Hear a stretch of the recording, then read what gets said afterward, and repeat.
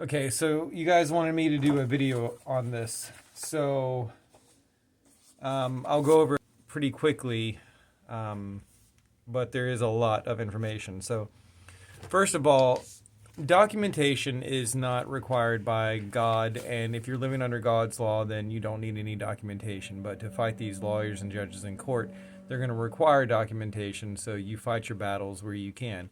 And if you can play by their rules, why not? So here's an affidavit of repudiation and revocation of citizenship to the United States Corporation. Now I got this directly from David Straits, printed it out for $50, but you can also ask ChatGPT to write you up one, and basically you send it off and get it registered. So that's the postage where I sent it off. So proof of mailing to them. So once you do that, then you want to take back ownership of your trust. Oh, I forgot to get this out. So in order to take back ownership of your trust, and I don't even know how I'm going to do this without showing you guys too much, but I don't really care. So basically, you want to authenticate your birth certificate. So your birth certificate, you want to get the long form version of your birth certificate. Some states don't have long form versions anymore. They just have one version. But get the long form if there's an option. And what that does is, if you look at it, it's on bonded paper. It literally is money. It's your Social Security that's established at birth, and it only increases in money as you get older. But no one ever authenticates their birth certificate. No one ever says, yes, that birth certificate that was created 18 years ago, and now I'm an adult, I can take ownership of it.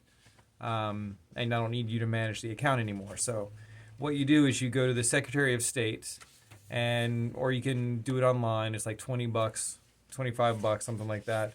And you authenticate your birth certificate, and it comes back to you with like a golden seal from the governor, from Brian Kemp, and yeah, and that's the one from Georgia. And then you get your I'm flashing my birth certificate, so I don't want to show you the whole thing, but your birth certificate's behind there, and then that's the letter from Brian Kemp from the governor. Now, that's getting it certified on the state level, and you're going to want to choose when you're doing that, and as you're going through the forms, if you have any questions, let me know. But choose Taiwan or some country that doesn't do trafficking. I forget what the term is, but put that as the country when you're doing your state, and make sure they're still in that category. If you have any questions, let me know. But the next thing you want to do is a DS 4140 form or something like that. But basically, it's going to be certified on this federal level. So you got it certified on the state level, and then once you get it certified on the federal level, you get this nice little raised seal right here, and it says, "To all whom these presents shall come greetings." This is from the Department of State.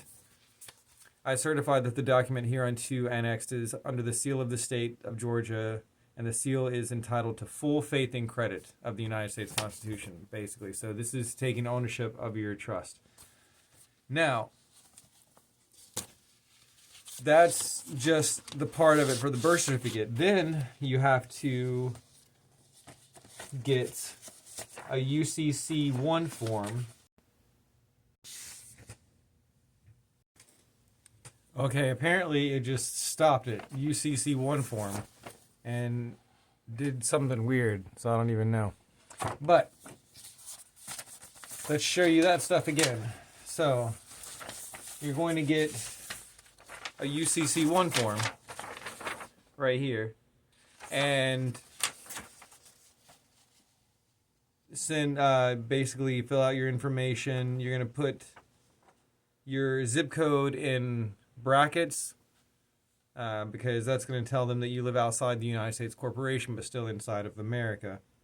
And so the organization name is just your all caps name, and I put like trade name / trademark.